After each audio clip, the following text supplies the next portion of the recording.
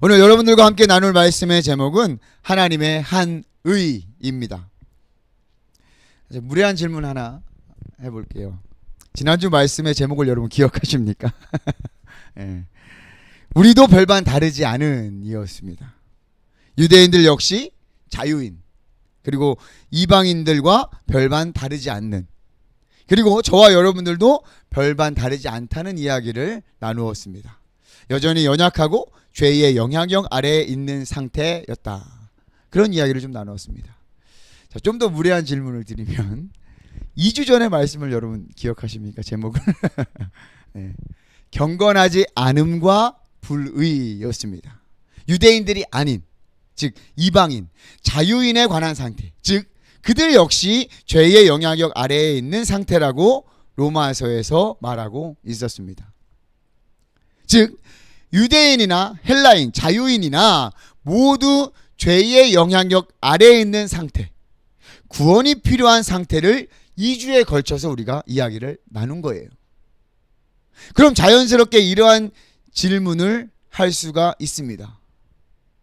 그럼 이방인들보다 유대인들이 나음이 뭐냐? 율법도 있고 할례도 받았다는데 도대체 그 유익은 도대체 뭐냐? 그러니까 쉽게 말해서 요즘 시대의 언어로 얘기하면 교회 다니는 사람이나 교회 다니지 않는 사람 모두에게 구원이 필요한 상태라면 교회 다니는 사람이 뭐가 그렇게 더 좋냐? 뭐가 유익이 있느냐? 이러한 질문으로 치환을 할 수가 있겠죠. 로마서 3장은 거기서부터 시작을 합니다. 사도 바울은 이렇게 이야기합니다. 그러한 질문에 유대인들에게 유익이 있다. 유대인들 유익은 바로 이것이다. 하나님께서는 유대인들에게 하나님의 말씀을 맡기셨다라고 기록하고 있습니다. 3장, 오늘 본문은 아니었지만 성경을 보시면 3장 2절에 기록되어 있습니다. 유대인들은 하나님의 말씀을 맡은 자로서 말씀의 관리자, 담당자 역할을 감당해야 했습니다. 그래서 그들은 말씀을 잘 보존하여 다음 세대에 잘 전했습니다.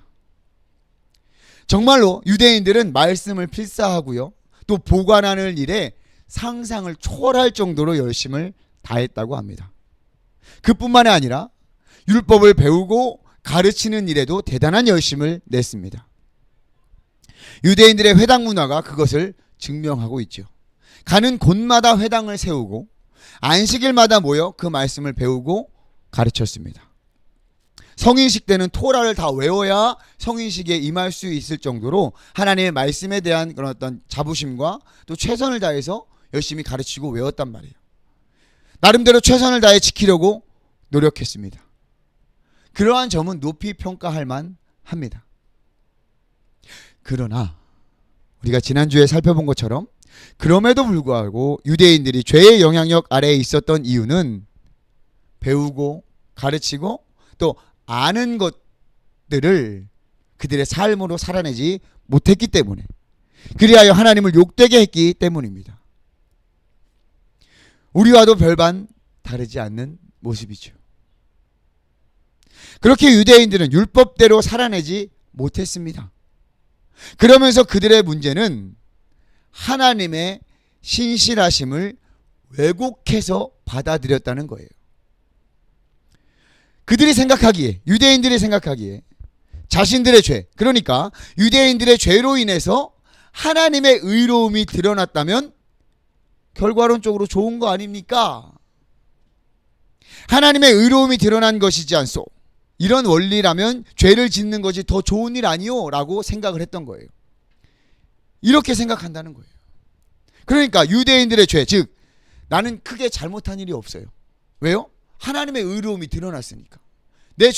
이거 죄 아니에요. 하나님의 의로움을 드러낸 도구일 뿐이에요. 이렇게 얘기를 하고 왜곡해서 받아들이고 있는 거예요.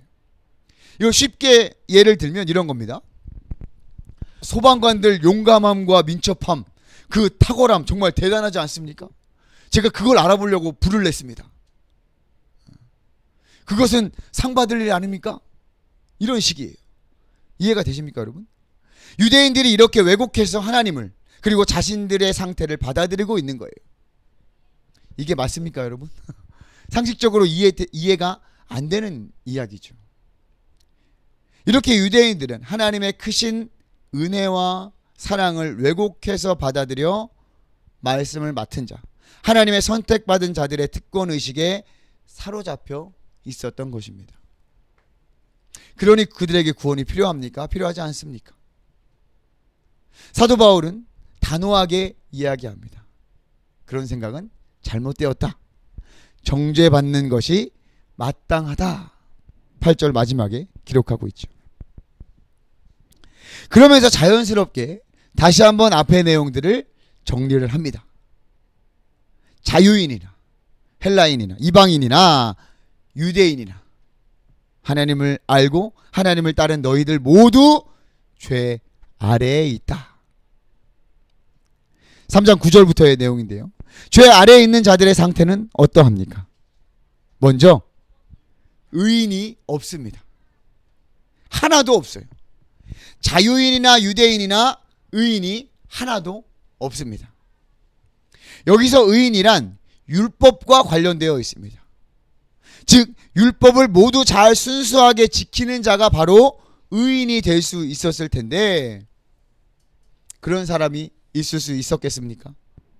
율법을 100% 하나님께 만족하실 수 있도록 지킬 수 있는 사람이 있습니까? 그런 의인이 하나도 없습니다. 율법과 관련된 의인은 하나도 없어요. 이것은 자유인들에게도 마찬가지입니다. 자유인들에게 율법은 무엇이라고 했습니까? 양심이라고 했어요. 양심. 죄로 물든 우리 인간들의 양심은 화인 맞은 자들이에요. 불도장 맞은 자들이에요. 따라서 자유인들에게서도 의인을 찾을 수 없는 상태겠죠. 그리고 사도 바울은 이어서 말하기를 깨닫는 자도 또 하나님을 찾는 자도 없다고 이야기합니다. 우리가 앞서 살펴본 로마서 1장 19절에는 하나님께서는 인간에게 하나님을 알만한 것을 그들 속에 주셨다고 기록했습니다. 그럼에도 불구하고 인간은 하나님께서 창조하신 자연 만물들을 보며 하나님을 깨닫는 자도 없고 하나님을 찾는 자들도 없었던 거예요. 유대인이나 자유인이나 하나님을 알만한 지식이 그 안에 있음에도 불구하고 말이죠. 그것은 달리 말해서 지혜가 없다고 말할 수 있습니다. 하나님을 알아보는 지혜, 하나님을 경외하는 지혜가 없었던 것입니다. 당연하죠. 지혜의 근본인 하나님을 알아보지 못하는데 어떻게 지혜가 있을 수 있겠습니까? 이 지혜는 이 세상적인 지혜, 그 학문에 관한 지혜가 아닙니다. 하나님에 대한 이해, 창조하신 하나님에 대한 이해, 인간을 만드신 하나님에 대한 이해, 또 인간에 대한 이해, 죄와 구원에 대한 이해가 없었던 것입니다. 깨닫는 자가 없다. 자, 여기서 깨닫다라는 어원은 퍼즐 조각을 맞추듯이 모은다라는 뜻이라고 그래요. 그러니까 하나님께서 보여주시는 일반 계시들을 통해서 퍼즐 조각을 맞추듯 모으다 보면 하나님을 깨달을 수 있을 텐데 그렇게 하지 않았음을 지적하고 있는 거예요. 또한 하나님을 찾는다는 것은 이제 숨어 있는 것을 이렇게 어디 갔지 이렇게 찾는, 하나님의 존재를 우리의 눈으로 또는 이성적으로 알아차리는 것을 말하는 것이 아닙니다. 하나님을 만나려고 애쓰고 하나님의 임재를 인식하려는 그런 의미입니다. 하나님을 마음의 중심으로 모신다는 그런 의미예요. 이렇게 하나님을 찾는 자들도 없었다라는 거예요. 그리고 선을 행하는 자가 없다고 기록합니다. 12절에 보세요. 다 치우쳐 함께 무익하게 되고 선을 행하는 자는 없나니 하나도 없도다. 여기서 선이란 하나님의 선을 의미합니다. 세상의 어떤 도덕적 선이 아닙니다. 하나님 관점에서의 선을 의미하는 거예요. 그것은 하나님의 영광을 위하여 행하는 것, 하나님의 영광을 위하여 행하는 것이 하나님의 선입니다. 그 하나님의 선을 추구하며 하나님의 선을 행하는 자, 하나님의 영광을 구하는 자가 유대인에게도 그리고 자유인에게도 없었던 거예요. 그 이유를 무엇이라고 이야기합니까? 다 치우쳐져 있어서. 하나님의 방법이 아닌, 하나님의 선이 아닌 다른 것에 치우쳐져 있어서 그렇습니다. 하나님보다 더 좋은 것을 구하고 하나님 편에 서는 것이 아니라 죄에 치우쳐 하나님의 다른 편에 서서 자기들의 만족과 자기들의 좋은 것을 구했기 때문입니다. 이미 다윗과 솔로몬이 시편과 전도서를 통해서 선포한 것을 사도 바울이 인용한 거예요. 시편 14장 1절부터 3절 말씀 앞을 보면서 같이 한번 읽어볼게요. 다윗의 고백입니다. 같이 읽습니다. 시작. 어리석은 자는 그의 마음에 이르기를 하나님이 없다 하는도다. 그들은 부패하고 그 행실이 가증하니 선을 행하는 자가 없도다. 여호와께서 하늘에서 인생을 굽어 살피사 지각이 있어 다 치우쳐 함께 더러운 자가 되고 선을 행하는 자가 없으니 하나도 없도다. 아멘. 자, 53장에도 똑같이 이렇게 기록되어 있고요. 자, 전도서를 한번 볼까요? 전도서 7장 20절 말씀입니다. 시작. 선을 행하고 전혀 죄를 범하지 아니하는 의인은 세상에 없기 때문이로다. 아멘. 하나님의 지혜를 구하고 품었던 다윗과 솔로몬은 정확히 파악하고 있었던 거예요. 예나 지금이나 그리고 헬라인이나 유대인이나 인간은 의인일 수 없고 깨닫지 못하며 하나님을 찾지도 않습니다. 이미 다 치우쳐 선을 행할 수 없는 그런 상태임이 분명합니다. 그러다 보니 자연스럽게 그의 모든 행동들은 오염되어 있습니다. 그 오염된 상태가 나타납니다. 우리의 입으로, 행실로, 그리고 마음으로. 이것을 신학적인 용어로 전적 부패라고 이야기를 하죠. 이 전적 부패라는 것은 이 부패의 정도, 부패가 많이 됐다, 심하게 됐다 이런 의미가 아니라 부패의 범위를 의미하는 겁니다. 우리의 지, 정, 의 모두가 부패했다, 오염되었다. 13절 이하의 사도 바울의 고백은 이렇습니다. 우리의 목구멍은 열린 무덤이고 혀로는 속임을 일삼으며 그 입술에는 독사의 독이 있고 그 입에는 저주와 악독이 가득하고. 여러분들의 언어 생활은 어떠십니까? 저와 여러분들의 언어 생활은 어떠세요? 우리가 이렇게 상냥하게 말하고 조심스럽게 말을 해도 우리의 본성은 이미 그렇지 않습니다. 자, 보이지는 않지만 여기 이렇게 말풍선에는 뭐 여러 가지 이야기들이 담아져 있죠. 차마 입에 담을 수 없는 말들이 많이 숨겨져 있을 것입니다. 그리고 가끔 그 말들이 입으로 튀어나오기도 하죠. 자, 사람들의 발은 피 흘리는데 빠르고 파멸과 고생의 길로 빠르게 향합니다. 얼마나 미련합니까? 평강의 길을 알지도 못합니다. 어느 길이 살 길인지, 죽음의 길인지 파악하지도 못하고 가고 있어요. 이 모든 총체적인 원인이 무엇입니까? 그들의 눈앞에 하나님을 두려워함이 없기 때문입니다. 18절에 보니까 그들의 눈앞에 하나님을 두려워함이 없느니라. 하나님을 두려워함이 없기 때문에 이들의 모든 행실과 말들이 사도 바울이 앞서 말했던 불경건함, 하나님을 경외하지 않음이 이러한 모든 행실의 죄악이라는 열매를 맺고 있는 것입니다. 죄악이라는 열매를 맺고 있는 거예요. 그래서 결국 우리는 하나님의 심판 아래 있게 되는 것입니다. 19절과 20절 말씀을 다시 한번 읽어볼까요? 19절과 20절 말씀입니다. 시작. 우리가 알거니와 무릇 율법이 말하는 바는 율법 아래에 있는 자들에게 말하는 것이니 이는 모든 입을 막고 온 세상으로 하나님의 심판 아래에 있게 하려 함이라. 그러므로 율법의 행위로 그의 앞에 의롭다 하심을 얻을 육체가 없나니 율법으로는 죄를 깨달음이니라. 아멘.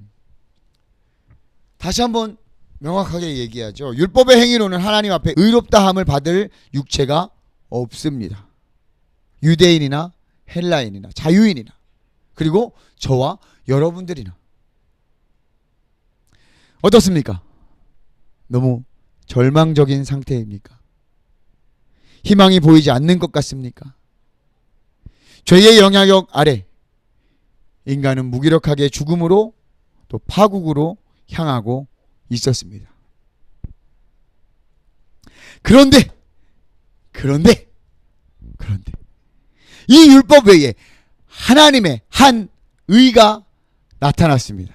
할렐루야. 그 하나님의 한 의, 그것이 무엇입니까? 그분이 누구입니까? 바로 예수 그리스도, 우리 주님이십니다. 할렐루야.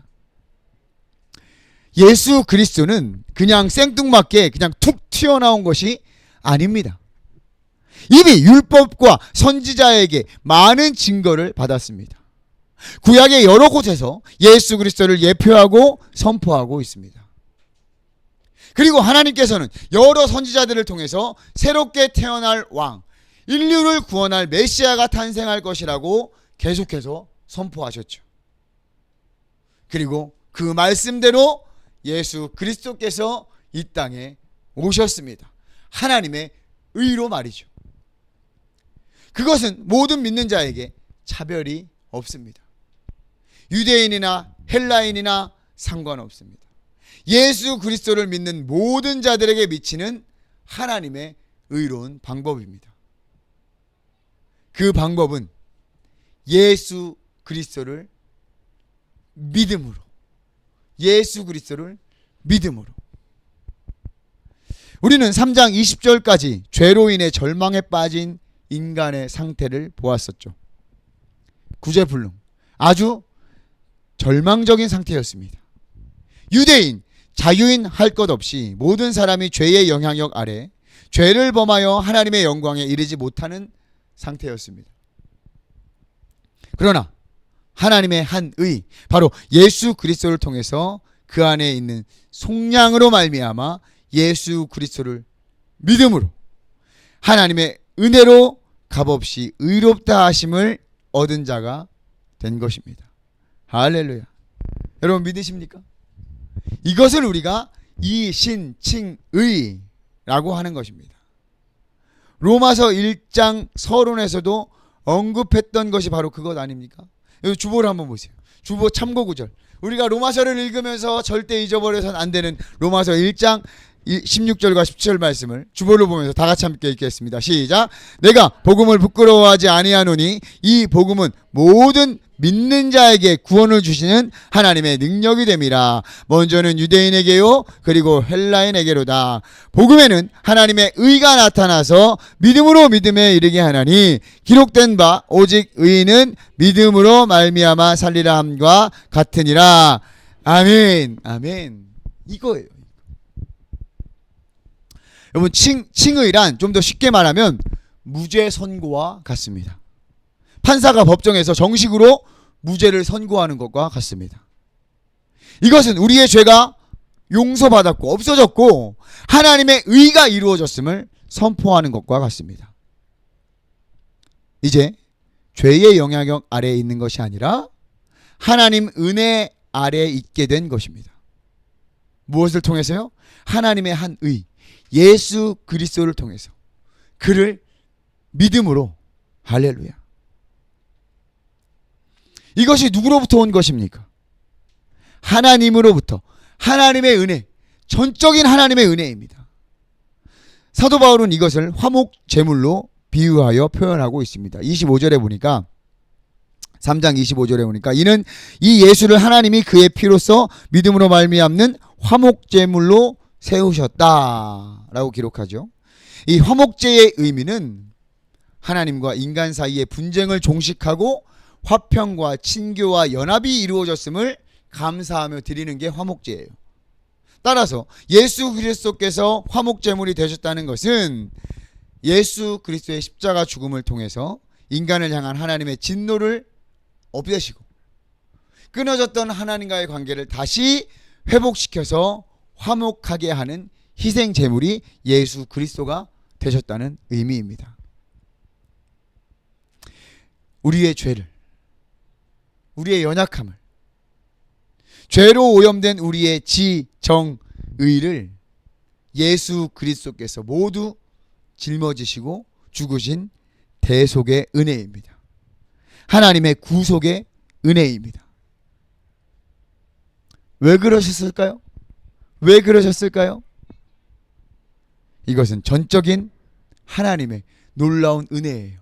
우리의 의로움과 우리의 잘남, 우리가 한국인이기 때문에, 우리가 교회에 다니기 때문에 그런 게 아니에요. 전적인 하나님의 은혜이자 선물입니다. 하나님에 대한 우리의 사랑 때문에 나타난 일이 아니라 우리에 대한 그분의 사랑 표현인 거예요. 이것이 복음이에요. 이것이 복음입니다. 말도 안 되는 것 같아요. 우리의 상식과 우리의 이론으로는 하나님이 너무 선해요. 그러나 하나님께서는 그렇게 하셨어요. 다시 말하지만 사람이 의롭다 하심을 얻은 것은 율법의 행위에 있지 않고 믿음으로 하나님께서 그 선을 베풀어 주신 그것으로 인해서 가능하다는 것입니다. 할렐루야. 종교개혁자 마틴 루터는 갈라디아서 주석에 이렇게 기록되어 있습니다. 앞을 보면서 제가 읽어드릴게요. 잘 한번 보세요. 진정한 기독교 신학에서 율법의 핵심 원리는 사람을 더 좋게 만드는 것이 아니라 더 나쁘게 만드는 것이다. 다시 말해서 율법은 사람에게 그들의 죄를 보여주어서 그들이 겸손해지고 무서워하며 멍들고 낙심하도록 하는 것이다. 이게 율법의 원리라는 거예요. 그리고 거기서 끝나는 것이 아니라 그리고 이로 인해 위로받고자 그 축복받은 분 그리스도께로 나오게 하는 것이다. 이게 율법의 역할이라는 거예요. 여러분, 우리가 자랑할 것이 무엇이 있겠습니까? 이 구원의 은혜는 누구의 공로입니까? 하나님의 공로예요. 제한 없는 하나님의 구원. 자, 그럼 율법이 필요 없는가? 아닙니다. 율법을 통해서 우리의 문제를 대면하고 직면하면서 예수 그리스도께 돌이키도록 하는 거예요. 오직 믿음으로, 예수 그리스도를 믿음으로. 할렐루야. 쉽죠? 너무나 쉽습니다. 그런데 그 다음이 사실은 어려워요. 네. 자, 사랑하는 한명교회 우리 성도 여러분, 저와 여러분들은 예수 그리스도를 믿음으로 말미암아 더 이상 죄의 영향력 아래에 있지 않고 하나님 은혜 아래에 있음을 믿으십니까? 아멘. 예수 그리스도를 통해 구원받았다는 사실을 믿으십니까? 아멘. 예수 그리스도가 나의 구원자이시며 주인임을 믿으십니까? 아멘. 우리는 전적인 하나님의 은혜 아래에 있음을 확실히 믿으시고 누리시기를 주님의 이름으로 축복합니다. 내가 잘나서가 아니라 하나님의 은혜로 우리를 그렇게 받아주셨습니다. 그럼에도 마귀는 우리를 넘어뜨리고 유혹하려고 또 정죄할 것입니다. 그리고 연약한 우리의 육신과 마음은 자꾸 유혹에 넘어가려고 하겠지만 당당하십시오. 담대하십시오. 마귀의 유혹과 정죄는 우리 모두에게 너무나 당연한 일이니 조금은 태연하게 대처할 필요가 있습니다. 누구나 다 있는 일이에요. 그리고 우리가 천국 가는 그날까지 있을 거예요. 그들은 절대 예수님을 이기지 못합니다. 우리를 향한 하나님의 사랑에서 끊을 수 없습니다. 할렐루야. 새롭게 시작하는 한 주 예수님께 붙어있기를 주님의 이름으로 축복합니다. 하나님께서 딱 붙여 놓으셨어요. 농부인 하나님께서 우리를 붙여 놓으셨단 말이에요. 로마서를 통해서 복음의 은혜를 누리시고 경험하시고 자랑하시는 저와 여러분들이 됩시다. 할렐루야.